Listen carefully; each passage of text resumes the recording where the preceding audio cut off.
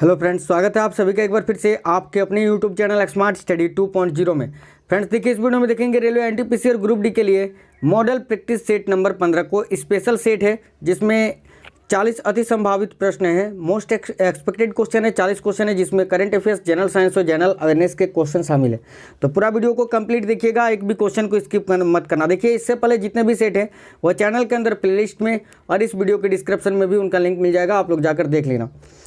सभी साथियों से रिक्वेस्ट है, वीडियो को सभी लाइक कर देना, शेयर करना दोस्तों के साथ। जितने भी साथी क्लास में नए हैं चैनल सब्सक्राइब कर लेना। तो चलिए शुरू करते हैं। पहला क्वेश्चन, निम्न में से एशियन फुटबॉल कॉन्फेडरेशन महिला एशियाई कप 2022 की मेजबानी कौन सा देश करेगा। देखो इंपॉर्टेंट क्वेश्चन है, निम्न में से एशियन फुटबॉल कॉन्फेडरेशन महिला एशियाई कप 2022 की मेजबानी कौन सा देश करेगा। तो साथियों याद रखना भारत। ऑप्शन नंबर बी यहाँ आपका करेक्ट आएगा। इंपॉर्टेंट क्वेश्चन है, याद सभी साथियों को रखना है। चलिए नेक्स्ट क्वेश्चन देख लेते हैं। एक भारत श्रेष्ठ भारत के तहत किस राज्य को झारखंड के साथ जोड़ा गया है। देखो ये भी क्वेश्चन काफ़ी इंपॉर्टेंट है। एक भारत श्रेष्ठ भारत के तहत किस राज्य को झारखंड के साथ जोड़ा गया है। साथियों ध्यान से देखना, इस क्वेश्चन का आंसर आ जाएगा गोवा। ऑप्शन नंबर ए आपका करेक्ट आंसर है, सभी साथियों को याद रखना है गोवा।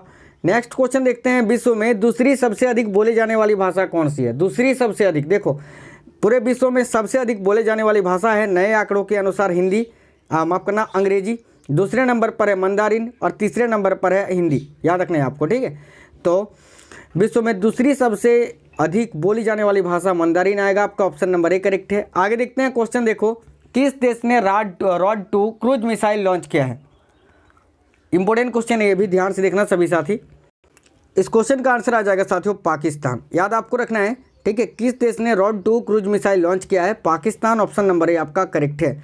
चलो नेक्स्ट क्वेश्चन देखिए, इस वर्ष का फीफा अंडर 17 महिला विश्व कप भारत में आयोजित किया जाएगा। इस टूर्नामेंट का विषय क्या है। तो साथियों सबसे पहली बात तो यहाँ पर यह रखना है कि ये जो फीफा अंडर 17 महिला विश्व कप होने वाला था 2020 में भारत में, इसको जो है स्थगित कर दिया गया है कोरोना वायरस के वजह से, कोविड-19 के वजह से इसको स्थगित कर दिया गया है, ठीक है। और इसका विषय क्या था तो याद आपको रखना है kick off dream, kick off the dream. Option number D correct आएगा, लेकिन इसको स्थगित कर दिया गया है, ये आपको याद रखना है। किक ऑफ द ड्रीम इसका विषय था। आगे देखिए, निम्न में से किसने पाकिस्तान को ग्रे सूची में से बने रहने की घोषणा की है। तो साथियों देखना, निम्न में से किसने पाकिस्तान को ग्रे सूची में से बने रहने की घोषणा की है। तो याद रखना वित्त कार्रवाई कार्य बल द्वारा, FATF, याद रखना financial action task force. Option number D आपका यहाँ करेक्ट आएगा। नेक्स्ट क्वेश्चन देखिए, किस भारतीय खिलाड़ी ने एशियाई कुश्ती चैंपियनशिप 2020 में ग्रीको रोमन श्रेणी में 78 किलोग्राम में स्वर्ण पदक जीता। तो साथियों याद रखना सुनील कुमार जी ने। ऑप्शन नंबर ए करेक्ट है, सुनील कुमार, सुशील कुमार नहीं, सुनील कुमार। याद रखना ऑप्शन नंबर ए आपका इस क्वेश्चन के लिए करेक्ट आएगा। नेक्स्ट क्वेश्चन, नशीली दवाओं के सेवन से निपटने के लिए किस राज्य ने मोबाइल ऐप योद्धा लॉन्च किया है। इंपॉर्टेंट क्वेश्चन है, तो ध्यान से देखना, केरल आपका करेक्ट आएगा यहाँ, ऑप्शन नंबर बी। नशीले दवाओं के सेवन से निपटने के लिए किस राज्य ने मोबाइल ऐप योद्धा लॉन्च किया है, केरल। नेक्स्ट क्वेश्चन देखिए, निम्न में से किस बोर्ड ने रन फॉर इंडिया टी आयोजित किया था। तो साथियों याद रखना त्रिपुरा टी बोर्ड ने। ऑप्शन नंबर सी करेक्ट आएगा। किस बोर्ड ने रन फॉर इंडिया टी आयोजित किया था। तो याद रखना त्रिपुरा टी बोर्ड ने। नेक्स्ट क्वेश्चन देख लेते हैं, देखिए सभी, निम्न में से किस संस्थान का नाम स्वर्गीय मनोहर पर्रिकर के नाम पर रखा गया है। तो साथियों याद रखना ऑप्शन नंबर डी करेक्ट आएगा। देखो रक्षा अध्ययन और विश्लेषण संस्थान का जो नाम है वो बदलकर मनोहर पर्रिकर जी के नाम पर रखा गया है। भारत के पूर्व रक्षा मंत्री और गोवा के पूर्व मुख्यमंत्री। याद रखना ऑप्शन नंबर डी आपका करेक्ट आएगा, स्वर्गीय मनोहर पर्रिकर जी के नाम पर। नेक्स्ट क्वेश्चन देखते हैं, क्वेश्चन नंबर 11, वातावरण की सबसे बाहरी परत कौन सी है। साथियों देखना VVI क्वेश्चन है, वेरी वेरी इंपॉर्टेंट क्वेश्चन है। वातावरण की सबसे बाहरी परत कौन सी है। याद रखना महामंडल। ऑप्शन नंबर ए आपका करेक्ट आएगा, सभी साथी याद रखना। चलो नेक्स्ट क्वेश्चन देखिए, एक उड़ान हवाई जहाज में किस तरह की ऊर्जा होती है। जो एक हवाई जहाज मान लेते हैं वो उड़ रहा होता है, उड़ रहा है तो उसमें किस प्रकार की ऊर्जा होगी। तो साथियों याद रखना गतिज और स्थितिज दोनों ऊर्जा। तो ऑप्शन नंबर सी करेक्ट आएगा, गतिज और स्थितिज ऊर्जा। ऑप्शन नंबर सी करेक्ट है। नेक्स्ट क्वेश्चन देखते हैं, निम्नलिखित में से किस यंत्र का आविष्कार विलियम इंथोविन ने किया था। मस्ट इंपोर्टेंट क्वेश्चन है, वेरी वेरी इंपॉर्टेंट क्वेश्चन। देखो निम्न में से किस यंत्र का आविष्कार विलियम इंथोविन ने किया था। याद रखना ECG मशीन का, ECG मशीन, ठीक है, जिसका प्रयोग हृदय जांच के लिए करते हैं, इलेक्ट्रोकार्डियोग्राफ। याद रखना है ईसीजी मशीन का आविष्कार किया था? विलियम इंथोविन ने। याद रखना इंपॉर्टेंट क्वेश्चन है। आगे देखिए, राइजोबिया किसके लिए उत्तरदायी है? मोस्ट इंपोर्टेंट क्वेश्चन है, राइजोबिया किसके लिए उत्तरदायी होता है? तो साथियों याद रखना मिट्टी के स्थिरीकरण के लिए। ऑप्शन नंबर सी करेक्ट आ गया। राइजोबिया किसके लिए उत्तरदायी होता है? याद रखना मिट्टी के स्थिरीकरण के लिए। नेक्स्ट क्वेश्चन देखिए, सौरमंडल का सबसे बड़ा ग्रह कौन सा है? साथियों ये भी क्वेश्चन काफ़ी इंपॉर्टेंट है, ध्यान देना। सौरमंडल का सबसे बड़ा ग्रह इनमें से कौन सा है? तो देखो सभी, सौरमंडल का सबसे बड़ा ग्रह कौन सा है? याद रखना बृहस्पति, जुपिटर। याद आपको रखना है यहाँ जुपिटर करेक्ट आंसर आएगा, बृहस्पति। चलो आगे देखते हैं, ध्यान से देखिए। सूर्य के पूरब से उदय और पश्चिम में अस्त होने का कारण क्या है? देखो सूर्य जो है पूरब में उगता है, पश्चिम में डूब जाता है, इसका कारण क्या है? तो याद रखना ऑप्शन नंबर सी करेक्ट है, धरती का अपने अक्ष पर घूमना। Option number C correct answer है, याद रखना है आपको। नेक्स्ट क्वेश्चन देखिए, विभिन्न रंगों के संग्रह को क्या कहा जाता है? देखना यह भी इंपॉर्टेंट क्वेश्चन है। विभिन्न रंगों के संग्रह को वर्णक्रम कहा जाता है। याद रखना वर्णक्रम। ऑप्शन नंबर ए आपका यहाँ करेक्ट आएगा। नेक्स्ट क्वेश्चन, इथेन गैस का स्वाद हल्का कैसा होता है? यह भी क्वेश्चन काफ़ी इंपॉर्टेंट है, ध्यान से देखना। इथेन गैस जो होता है उसका स्वाद हल्का मीठा होता है साथियों। ऑप्शन नंबर ए करेक्ट आएगा, मीठा। याद रखना। नेक्स्ट क्वेश्चन देखते हैं, ग्रीन हाउस प्रभाव का मतलब क्या है? ग्रीन हाउस गैस होती है ना, carbon dioxide, methane, nitrous oxide, sulphur dioxide. तो बताना साथियों ग्रीन हाउस गैस का मतलब क्या होता है? देखो ऑप्शन नंबर सी करेक्ट आएगा, वायुमंडल या गैसों के कारण सौर ऊर्जा का फंसना। ऑप्शन नंबर सी आपका करेक्ट है, याद आपको रखना है, वायुमंडलीय गैसों के कारण सौर ऊर्जा का फंसना। आगे देखते हैं क्वेश्चन, देखो उपज का उपचार करने के लिए निम्नलिखित में से किसका प्रयोग किया जाता है? तो साथियों देखना, उपज का उपचार करने के लिए एंटी एसिड का प्रयोग करते हैं। याद रखना किसका? एंटी एसिड, ठीक है, एंटी एसिड का प्रयोग करते हैं। याद रखना ऑप्शन नंबर एक करेक्ट आएगा। नेक्स्ट क्वेश्चन, निम्नलिखित में से कौन सा शैवाल और कवक के संयोजन से बनता है? यह भी क्वेश्चन काफ़ी इंपॉर्टेंट है, ध्यान से देखना सभी साथी। निम्नलिखित में से कौन शैवाल और कवक के संयोजन से बनता है? तो देखो इंपॉर्टेंट क्वेश्चन है, लाइकेन आपका यहाँ करेक्ट आएगा सभी साथी। याद रखना ऑप्शन नंबर डी आपका करेक्ट है। नेक्स्ट क्वेश्चन देखते हैं, वायु के दबाव को मापने के लिए कौन से उपकरण का प्रयोग करते हैं? तो साथियों वायु के दबाव यानी वायुमंडलीय दाब को मापने के लिए किसका प्रयोग करते हैं? बैरोमीटर का। सिंपल सा क्वेश्चन है, तो ऑप्शन नंबर बी करेक्ट आएगा ना, बैरोमीटर। आगे देखिए, खमीर का महत्वपूर्ण स्रोत कौन सा है? खमीर का सबसे महत्वपूर्ण स्रोत क्या है? तो साथियों याद रखना विटामिन बी। विटामिन बी से सबसे अधिक मात्रा में खमीर उत्पन्न होता है। याद रखना खमीर का सबसे महत्वपूर्ण स्रोत है विटामिन बी। याद रखना है आपको। चलिए आगे देखते हैं, ध्यान से देखना। निम्नलिखित में से किससे पोलियो की बीमारी होती है? ये जो पोलियो की बीमारी होती है ये किससे होती है? तो याद रखना विषाणु के कारण यानी वायरस के कारण, ठीक है, वायरस। याद रखना है आपको विषाणु। ऑप्शन नंबर सी करेक्ट है। आगे देखिए, निम्नलिखित में से किस तत्व का गलनांक न्यूनतम होता है? इनमें से कौन सा तत्व है जिसका गलनांक काफ़ी कम होता है, न्यूनतम होता है? तो देखो ब्रोमीन आपका यहाँ करेक्ट आएगा साथियों, ऑप्शन नंबर ए ब्रोमीन आपको यहाँ याद रखना है। इंपॉर्टेंट क्वेश्चन है, ठीक है, याद रखना सभी। आगे देखिए, किन ग्रहों के बीच क्षुद्र ग्रहों की कक्षाएं होती है? देखना ये भी क्वेश्चन काफ़ी इंपॉर्टेंट है। क्षुद्र ग्रह किन दो ग्रहों के बीच दिखे जाती है? तो याद रखना मंगल और बृहस्पति के बीच साथियों, मंगल और बृहस्पति ग्रहों के बीच में क्षुद्र ग्रहों को देखा जाता है।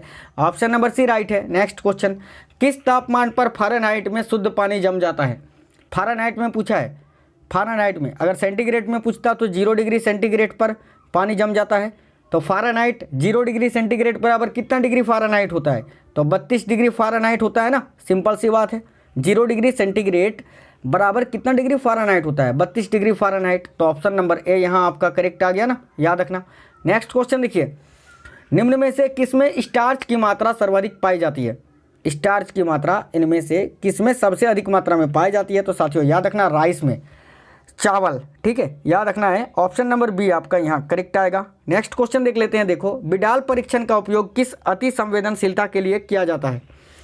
तो साथियों बिडाल परीक्षण का प्रयोग किसकी जांच करने के लिए किया जाता है? टाइफाइड। याद रखना ऑप्शन नंबर डी आपका करेक्ट आएगा, टाइफाइड यहाँ आपको याद रखना है। आगे देखते हैं अगला क्वेश्चन क्या है, ट्रेन की चाल किस चीज़ का उदाहरण है? यह भी इंपॉर्टेंट क्वेश्चन है साथियों। ट्रेन की जो चाल है वो किस चीज़ का उदाहरण है? याद रखना स्थानांतरण गति का, ठीक है, स्थानांतरण गति। ऑप्शन नंबर डी आपका यहाँ करेक्ट आएगा सभी साथी। याद रखना ट्रेन की चाल किस चीज़ का उदाहरण है? स्थानांतरण गति का। नेक्स्ट क्वेश्चन देखते हैं, क्वेश्चन नंबर 31, मशहूर पेंटिंग हंस दमयंती के चित्रकार कौन थे? तो साथियों देखना ये काफ़ी मशहूर पेंटिंग है हंस दमयंती, इसके चित्रकार थे राजा रवि वर्मा जी। याद रखना Raja Ravi Verma. Option number A correct है। नेक्स्ट क्वेश्चन, मुगल सम्राट अकबर किस वाद्य यंत्र को बहुत ही कुशलता से बजाते थे? तो साथियों देखना मुगल सम्राट जो अकबर थे वो कौन से वाद्य यंत्र बजाते थे? याद रखना नक्कारा को बड़े ही कुशलता से। ऑप्शन नंबर 1 करेक्ट आएगा नक्कारा। बीना कौन बजाते थे? तो औरंगजेब, याद रखना है, ठीक है। औरंगजेब जो थे वो बीना को बजाते थे। आगे देखते हैं, क्वेश्चन देखना सभी। लोक नृत्य लंबाडी किस राज्य से संबंधित है? लोक नृत्य लंबाडी का संबंध किस राज्य से है? तो साथियों याद रखना आंध्र प्रदेश से। ऑप्शन नंबर डी आपका करेक्ट आएगा। ये लंबाडी जो है आंध्र प्रदेश का एक लोक नृत्य है, ये आपको याद रखना है। नेक्स्ट क्वेश्चन, पनिहारी लोक नृत्य कहाँ प्रचलित है? पनिहारी लोक नृत्य कहाँ प्रचलित है? साथियों याद रखना गुजरात में। ये जो पनिहारी लोक नृत्य है ये गुजरात में प्रचलित है। ऑप्शन नंबर 1 करेक्ट आएगा। इंपॉर्टेंट क्वेश्चन है, याद रखना। नेक्स्ट क्वेश्चन, बुद्ध के जीवन की किस घटना को महाभिनिष्क्रमण के रूप में जाना जाता है?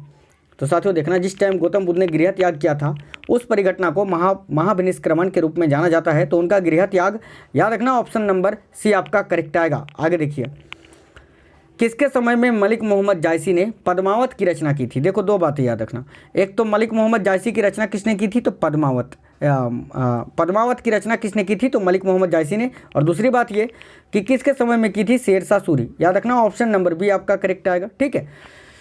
पद्मावत की रचना मलिक मोहम्मद जायसी और किसके शासनकाल में? तो शेरशाह सूरी के। आगे देखिए, राज्यसभा की प्रथम महिला महासचिव कौन थी? तो देखना BS Rama Devi. Option number D आपका करेक्ट आएगा। साथियों याद रखना, राज्यसभा की प्रथम महिला महासचिव कौन थी? BS Rama Devi. Option number D correct आएगा। नेक्स्ट क्वेश्चन, देहरादून स्थित फॉरेस्ट सर्वे ऑफ इंडिया संस्थान द्वारा कितने वर्षों के अंतराल पर देश में वन की स्थिति पर रिपोर्ट प्रकाशित की जाती है?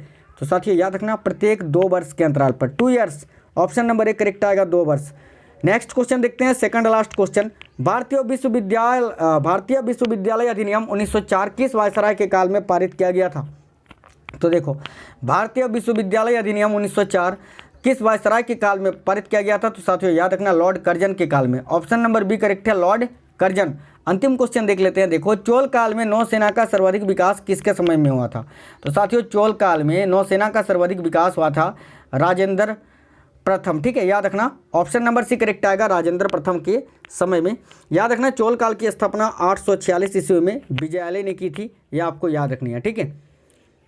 तो साथियों ये 15वां सेट था। इससे पहले जितना भी सेट है वो सारी आपको चैनल के अंदर प्लेलिस्ट में मिल जाएगी। इसके अलावा साइंस, करंट अफेयर्स, जीके का वीडियो भी मिल जाएगा अलग अलग प्लेलिस्ट में। इस वीडियो के डिस्क्रिप्शन में बाकी वीडियोस का लिंक है, वहाँ से क्लिक करके आप लोग देख लेना। सभी साथी यार वीडियो को लाइक कर देना, सभी साथी शेयर जरूर करना अपने दोस्तों के साथ। वीडियो कैसा था, क्वेश्चंस कैसे थे, कमेंट करके बता दीजिए सभी साथी। लाइक सभी कर देना, और अगर इसी तरह के रेगुलर क्लास चाहिए तो चैनल को सब्सक्राइब करके बेल आइकन को ऑन कर लेना। मिलते हैं अगले क्लास में, तब तक स्वस्थ रहें। जय हिंद साथियों, वंदे मातरम।